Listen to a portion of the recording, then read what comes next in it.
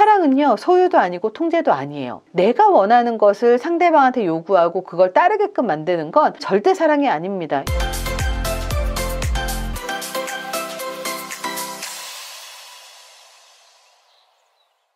폭력적인 사람을 한눈에 알아보는 행동 특징 6가지 알려드릴게요. 우리가 인간관계를 하다 보면 피해야 하는 사람과 만나야 하는 사람으로 구분하기도 합니다. 대인관계에서 어떤 좋은 사람을 잘 만나느냐, 그리고 어떤 나쁜 사람을 피하는가는 굉장히 중요한 일입니다. 오늘은 그 중에서도 우리가 절대 만나면 안 되는 폭력적인 사람들을 만나지 않을 수 있도록 그런 사람들을 한눈에 알아보는 방법을 알려드릴게요. 특히 이런 사람들이 가까운 애인이나 배우자가 되면 실제로 목숨이 위태로워질 수도 있고, 그리고 사회적으로 매장당할 수도 있기 때문입니다. 바로 이런 것들은 대인관계에서 꼭 알아야 할 대인관계 심리학입니다. 폭력적인 사람들이 꼭 조폭같이 생겼다거나 덩치가 크다거나 하는 외모로 파악할 수 있는 게 아닙니다. 아주 평범하고 아주 조용하고 심지어 다정하기도 하고 외모는 예쁘거나 잘생길 수도 있습니다. 몸이 호리호리할 수도 있고 심지어 힘이 없어 보이거나 사회적으로 무시당하는 모습을 보일 수도 있습니다. 사회적, 경제적, 지위, 나이, 교육 수준, 종교적 신념, 정치적 성향, 그리고 양육 방식이 다 제각각으로 정말 우리는 알 수가 없습니다. 힘이 세서 폭력적인 사람이 되는 게 아니에요. 남자는 폭력적이고 여자는 폭력을 당하는 피해자라고 생각을 해서도 절대 안 됩니다. 여자의 폭력도 사람의 인생을 망가지게 할 수 있거든요. 가짜 미투, 꽃뱀도 폭력의 한 형태이기 때문입니다. 폭력이란 정신적, 정서적, 신체적, 사회적 폭력을 말을 하는데요. 가스라이팅이나 언어폭력, 신체폭력이나 이런 것들 모두 폭력에 속합니다. 이렇게 폭력적인 사람의 그 시작은요, 소유욕, 그리고 지배하고자 하는 욕망에서부터 시작을 해요. 그리고 소유욕이 강하고 지배적인 사람에게는 공통적인 특징과 태도를 찾을 수가 있습니다. 폭력적인 사람들이 인간관계를 시작을 할 때 친절하고 좋은 사람으로 보일 수가 있어요. 자신을 잘 감추면서 인간관계를 시작하기 때문입니다. 좋은 사람이라고 생각하고 친해지기 시작하면 조금씩 상대방을 보이지 않는 감옥으로 만들어 버려요. 어느 날 갑자기 고립되어 있고 상대방의 조종을 받고 있는 것을 알게 되고 그때는 이미 늦어버립니다. 그렇다면 이런 사람들은 어떤 행동 패턴, 어떤 태도를 보일까요? 첫 번째입니다. 자기는 굉장히 겸손한 척하면서 상대방을 깎아내리는 사람들이에요. 나는 이렇게까지 했는데 넌 이거밖에 안 하는 거야? 왜 연락이 안 돼? 너 누구랑 있었어? 너 바람피는 거 아니야? 내가 너한테 얼마나 헌신적으로 했는데. 이렇게 상대방의 일상적인 생활의 모든 부분을 신문하고 의심해요.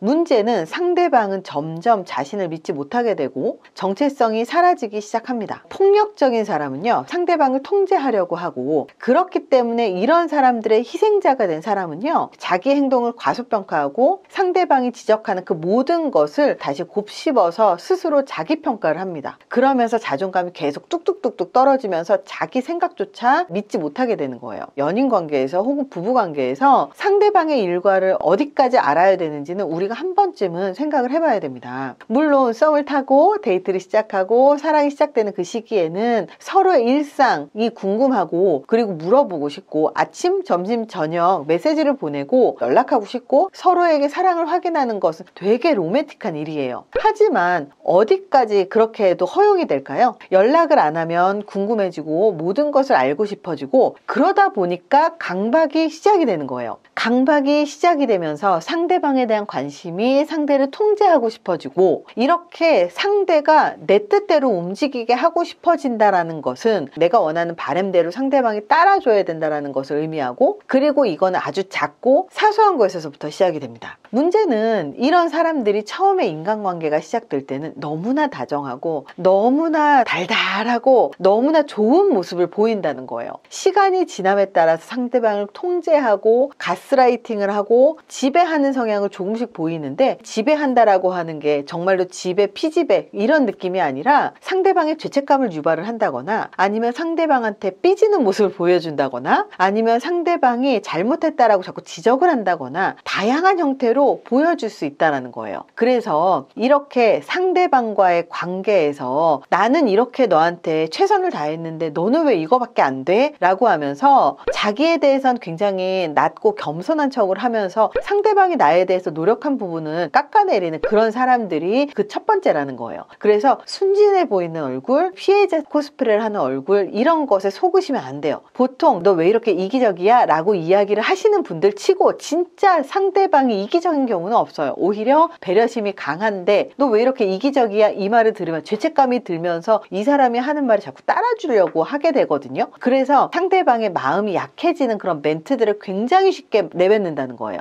자, 두 번째는 강박적인 성격을 갖고 있습니다. 인간관계에서 폭력적인 사람들은 소유욕이 강하고 상대방을 통제하려고 하는 그런 사람들이 많은데요. 소위 말하는 갑질이나 꼰대십이 강한 성격으로 볼 수가 있습니다. 이것을 사실은 강박적인 성격이라고 하는데요. 이 강박적인 성격은요, 상대방의 일거수일투족을 모두 알려고 해요. 모든 것을 자기가 다 알아야 한다고 생각을 하는 거예요. 심지어 나는 잘못한 게 하나도 없다고 생각을 하면서 방어하는 모습을 보인다는 거예요. 예를 들어서 연락 때문에 서로 계속 싸우게 된다면, 야, 연락 안 하는 네가 잘못이지 내가 잘못이야? 이렇게 생각을 하는 거예요. 그래서 내가 하는 행동은 정당한 거고 네가 하는 행동은 잘못된 거야 라고 하는 그런 생각들 자체를 굉장히 많이 갖고 있습니다. 쉽게 화를 내기도 하고 자기의 공격성을 억제하려고 하는 모습들도 굉장히 많이 보이는데요. 욱한다는 거예요. 그리고 자기의 감정에 휘둘려서 못 이겨서 울먹울먹하기도 하는데요. 사실은 울먹울먹하는 모습을 보면서 남자들 같은 경우는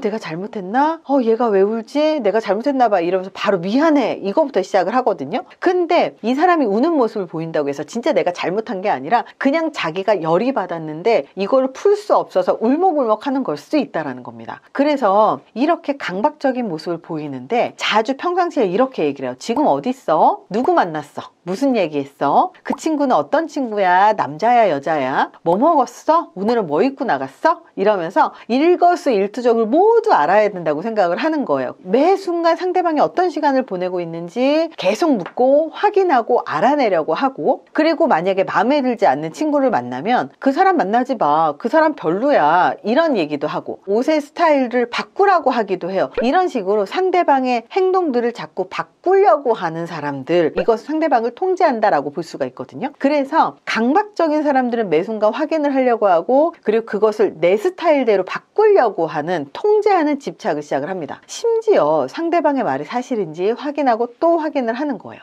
우리가 기억해야 되는 건 무언가 바꿀 수 있는 게 있다면 자기 자신밖에 없다는 것을 아셔야 돼요. 그 누구도 연인, 자녀, 배우자의 행동을 결정할 권리는 없다라는 사실을 기억하셨으면 좋겠습니다. 세 번째는요, 질투심이 강해요. 대인관계에서 시기와 질투는 불안감의 다른 표현이에요. 연인 간의 관계에서, 부부 간의 관계에서 질투는요, 상대방이 떠날까봐 두려워하는 불안감의 또 다른 표현이거든요. 자기가 더 이상 사랑받지 못할까봐 두려울 때, 버려질까봐 두려울 때 질투심이 생겨요. 물론 진짜 버림받는 게 아닌데도 불구하고 혼자서 오버싱킹을 하는 거예요. 그렇기 때문에 폭력적인 사람들이 힘이 세고 굉장히 심리적으로 강한 사람일 거라고 생각을 하겠지만, 사실은 심리적으로 정서적으로 불안정하고 그리고 의존적인 사람입니다. 심리적으로 안정적인 사람들은요, 이런 불안감을 잘 다룰 수 있어요. 연인 관계에서도 사실 처음 만나고 얼마 안 되면 불안할 수 있어요. 저 사람에 대해서 내가 잘 모르기 때문에 이 사람하고 연락이 잘 안 되면 이 사람은 나를 좋아하지 않나? 이런 불안감들이에요. 근데 이런 불안감은 누구나 느껴요, 이 관계의 초기에는. 하지만 심리적으로 안정적인 사람은, 하긴 우리가 만난 지 얼마 안 됐으니까 좀 더 신뢰할 수 있는 관계를 만들어야지, 그리고 좀 더 친해져야지, 이런 식으로 마음을 잘 다잡아요. 하지만 불안한 사람은 연락이 조금만 안 되면 혼자 그 불안감을,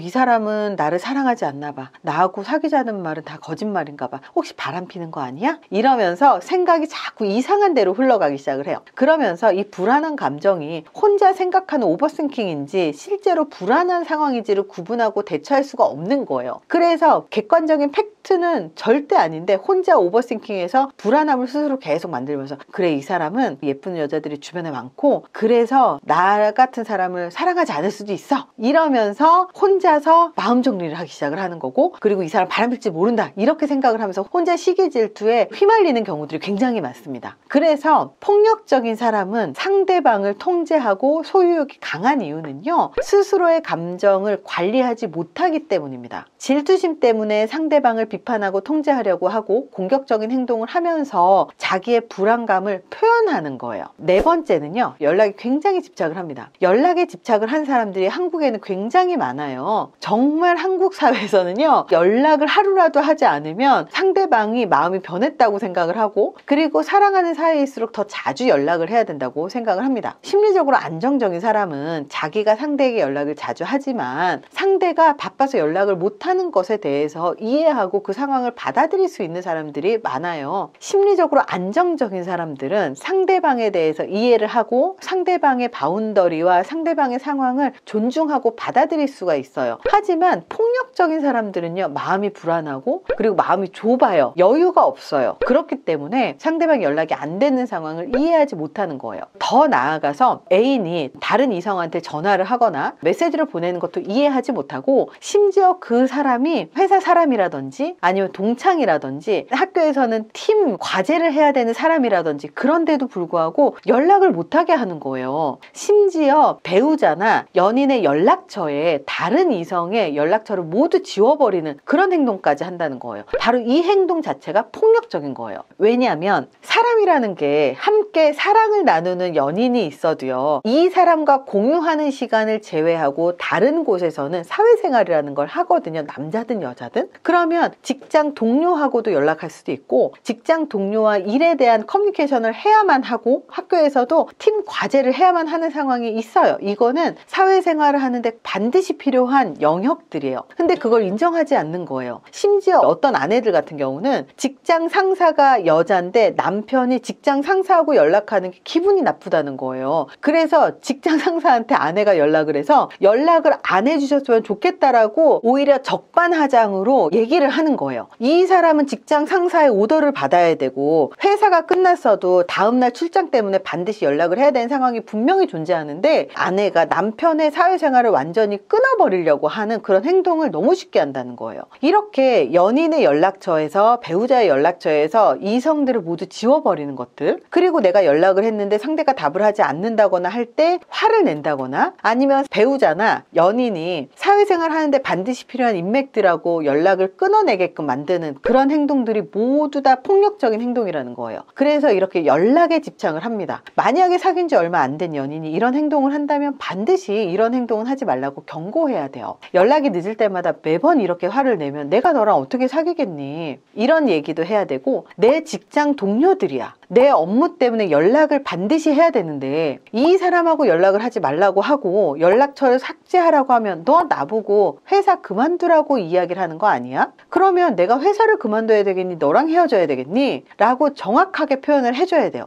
이렇게 얘기했는데도 불구하고 인간관계를 오해하고 그리고 단절을 시키고 연락을 끊게 만든다거나 연락이 늦는다고 바람 피우는 게 아닌지 자꾸 의심하면서 죄책감을 유발한다던가 하면 오히려 관계를 정리하는 걸 추천합니다. 이렇게 관계를 단절을 하는 건 사실은 가스라이팅 관계에서 굉장히 유리하기 때문입니다. 예를 들어서 신천지라든지 아니면 이단 종교단체에서 가장 첫 번째로 하는 게 바로 주변의 인간관계를 끊어내는 것부터 시작을 합니다. 그래야 세뇌가 쉽거든요. 폭력적인 관계라고 하는 게 단순히 때리고 그리고 맞고 이게 아니라 상대방을 세뇌를 시키고 그 사람을 사회로부터 고립을 시키고 그리고 그 사람을 내 맘대로 좌지우지하는 것 그 자체도 굉장히 큰 폭력이라는 것을 기억하셨으면 좋겠습니다. 만약에 이런 상황이 되면 반드시 심리 전문가한테 상담하시고 법적으로 대응을 하시는 게 필요합니다. 심리적으로 안정된 관계에서 만약에 이런 일이 일어난다면 의사소통이나 표현 방식의 차이에서 일어날 수 있기 때문에 이건 역시도 심리 전문가와 상담을 하게 되면 훨씬 더 대화의 오류나 오해들을 빨리 풀어낼 수가 있다는 점을 기억하시면 좋겠습니다. 휴대폰은요